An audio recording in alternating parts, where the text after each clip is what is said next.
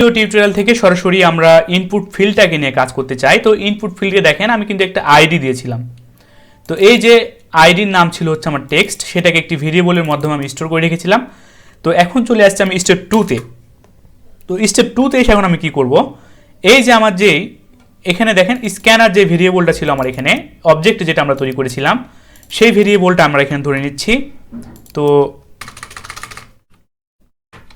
Dot add event listener. তো এখান থেকে ইভেন্ট লিসেনারটা হবে না, ইভেন্টার হবে না, শুধুমাত্র হবে হচ্ছে আমাদের, আমি আপনাদের বুঝাই। তো এখান থেকে জাস্ট আমি শর্টকাটভাবে নিয়ে নিচ্ছি। তো এখান থেকে কিন্তু আমার আর ইভেন্টার হবে না, জাস্ট হবে হচ্ছে অ্যাড লিসেনার। তো তার পূর্বে কাকে নিয়ে আমরা অ্যাড লিসেনার করতে চাচ্ছি, এই যে আমাদের স্ক্যানার ছিল তাকে নিয়ে। তো এই কাজটা আমরা এখানে করে ফেলছি জাস্ট।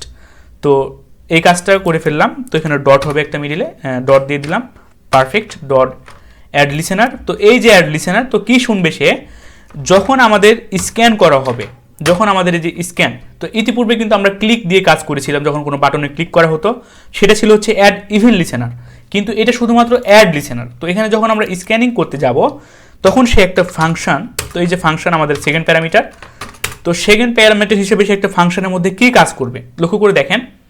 এই যে আমাদের যে টেক্সট, আমাদের যে ভেরিয়েবল ছিল তার ভ্যালুটাকে আমাকে ধরতে হবে, তাই না? তো তার ভ্যালুটাকে আমি এখানে ধরতে চাচ্ছি। তো একটা কাজ করে নিই, তো জাস্ট আমি এটাকে স্টেপ 2 এর নিচে করি। তো এখানে চলে আসলাম। তো জাস্ট টেক্সট নামে আমার যে ভেরিয়েবলটা ছিল সেই টেক্সট ডট ভ্যালু, তার ভ্যালুটাকে এখানে আমি ধরে নিলাম। শুধুমাত্র ধরলে হবে না, এই যে একটি ফাংশন, সেই ফাংশনের ভিতরে আমি একটা প্যারামিটার পাস করতে যাচ্ছি। তো এটা আমি বলে দিলাম হচ্ছে ইনপুট আন্ডারস্কোর ভ্যালু, পারফেক্ট। এটা হচ্ছে ইনপুট আন্ডারস্কোর ভ্যালু। তো এখানে ভ্যালু ইকুয়াল, এখন আমি বলে দিব input underscore value. Control C দিয়ে কপি করে নিলাম, কন্ট্রোল ভি দিয়ে পেস্ট করে দিলাম, ডবল হয়ে গেল, সরি, কন্ট্রোল সি দিয়ে কপি করে এখানে জাস্ট আমি কন্ট্রোল ভি দিয়ে পেস্ট করে দিলাম। তো এই কাজটা করলে কিন্তু আমাদের কাজটা হয়ে যাবে। তো কন্ট্রোল এস দিয়ে সেভ করে নিলাম। এখন যদি আমরা ওপেন উইথ লাইভ সার্ভারটা ওপেন করে দেখি, তাহলে দেখেন আমরা যদি কোনো একটাকে যদি এখন আমরা স্ক্যান করতে পারি, তাহলেই কিন্তু আমাদের সেই, আমরা এখান থেকে অ্যালাউ করে নিলাম। তো আমরা একটা স্ক্যানিংটা নিয়ে আসি। তো প্রথমে আমি যে কোডটা করেছিলাম আপনাদের দেখাই। প্রথমে আমি যে কিওয়ার্ড জেনারেট করেছিলাম সেটা আমি আগে জেনারেট করে নিই একটা। তো এখান থেকে আমি বলে দিচ্ছি মাই টিউটোরিয়াল, পারফেক্ট। তো এখান থেকে আমি এটা ছবি তুলে নিই, সবার প্রথমে এখান থেকে আমি এটা ছবি তুলে নিই। তো এই কাজটা আমরা এখানে করে ফেলি। তো এখান থেকে আমরা এটা ছবি তুলে নিচ্ছি, মাই টিউটোরিয়াল। ছবি নেওয়ার পর এখন আমরা চলে যাবো আমার ক্যামেরাতে। তো এই যে আমার ক্যামেরা দেখতে পাচ্ছেন, এখন আমরা দেখতে চাচ্ছি যে আমাদের ঠিকঠাক মতো কাজ করছে কিনা। তো দেখেন আমার পারফেক্ট কাজ করেছে। এখানে আমার চলে আসলো কি মাই টিউটোরিয়াল। তো আপনি এখানে আরেকটি জেনারেট করে নিতে পারেন। তো আমি এখানে বলে দিলাম ফিজ ভাইয়া পাসওয়ার্ড 1 2 3 4 5 6, পারফেক্ট। তো দেখেন আমি অনেক বড় একটা জেনারেট করে নিলাম। সেখান থেকে জাস্ট আমি ছবি তুলে নিই আগে, সবার প্রথম স্টেপের কাজ আমি ছবি তুলে নিচ্ছি। ছবিটা ভালোভাবে নিই, ছবি তুলে নিলাম। তার পরবর্তীতে জেনারেট করার পর এখানে এসে আমি জাস্ট দেখাচ্ছি, ওয়েট,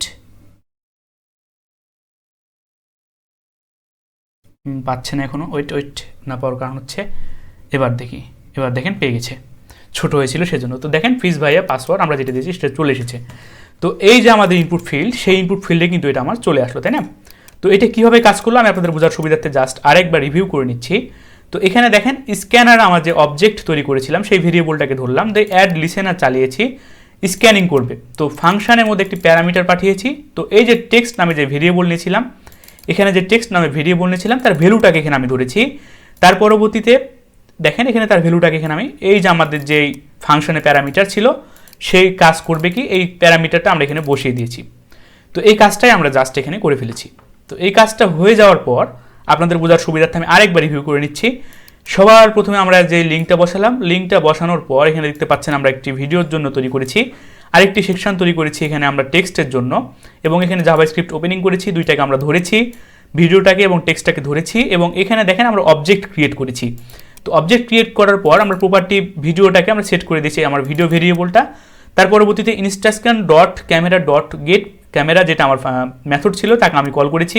কল করার পর দেনের মাধ্যমে কোনো একটা রেসপন্স দেখতে চাচ্ছি। তো তো একটি ফাংশনে প্যারামিটার দিয়েছি, যদি আমার জিরোর থেকে আমার তার লেনটা যদি বড় হয় তাহলেই কিন্তু কাজ করবে, আদারওয়াইজ কিন্তু আমাকে বলবে ক্যামেরা ফেড, তাই না? তো যেহেতু এটা আমার জিরোর থেকে বড় হচ্ছে, সুতরাং এই যে আমার লেনটা জিরোর থেকে বড় হচ্ছে, সুতরাং এই যে আমার স্ক্যানার ভেরিয়েবলটা ছিল, সেই স্ক্যানার ভেরিয়েবলটা কি সেট করে দিচ্ছে, স্টার্ট করে দিচ্ছে, আমাদের ক্যামেরাটাকে কি করছে, স্টার্ট করে দিচ্ছে। এবং এখানে সে কি কাজ করতেছে, আমাদের ক্যামেরাটাকে, এই যে আওয়ার ক্যামেরা যে আমাদের প্যারামিটার ছিল, আমরা ফাংশনে প্যারামিটার দিয়েছিলাম, তাকে 0তম ইন্ডেক্সে রেখে দিচ্ছি। এবং ইলসের মাধ্যমে কি কাজ করছি, এখানে আমরা ইলসের মাধ্যমে ক্যামেরাটাকে আমরা বলে দিলাম ফেল্ড, এবং ক্যাচের মাধ্যমে কি করলাম, যদি কোনো ক্রমে এখানে যদি ইরর আসে, এতটুকুর মধ্যে ইরর আসে, তাহলে আমরা সেটা ইলসে দেখে নেব এই ব্লকের ইররটাকে। আর যদি আমাদের দেনে কোনো প্রকারের ইরর আসে, তাহলে এটা আমরা ক্যাচের মাধ্যমে হ্যান্ডেল করে নিচ্ছি। তো এই কাজটা এখানে আমরা করলাম। তার পরবর্তীতে লক্ষ্য করে দেখেন, এখানে scanner variable dot add listener চালিয়েছি এবং স্ক্যান করলাম। তো স্ক্যানিংয়ের জন্য স্ক্যান, তো তার পরবর্তীতে এখানে ফাংশন, তো ফাংশনের মধ্যে আমরা একটা প্যারামিটার পাস করেছি। তো এই যে টেক্সট আমরা ভেরিয়েবল তার ভ্যালুটাকে ধরে তার আমরা ইনপুট ভ্যালুটাকে আমরা এখানে রেখেছি। তো এই কাজটা এখানে আমরা করেছি। তো দেখা হবে পরবর্তী ভিডিও টিউটোরিয়ালে। আপনারা সকলে ভালো থাকুন, বেশি বেশি প্র্যাকটিস করুন। ধন্যবাদ সকলকে, আল্লাহ হাফেজ।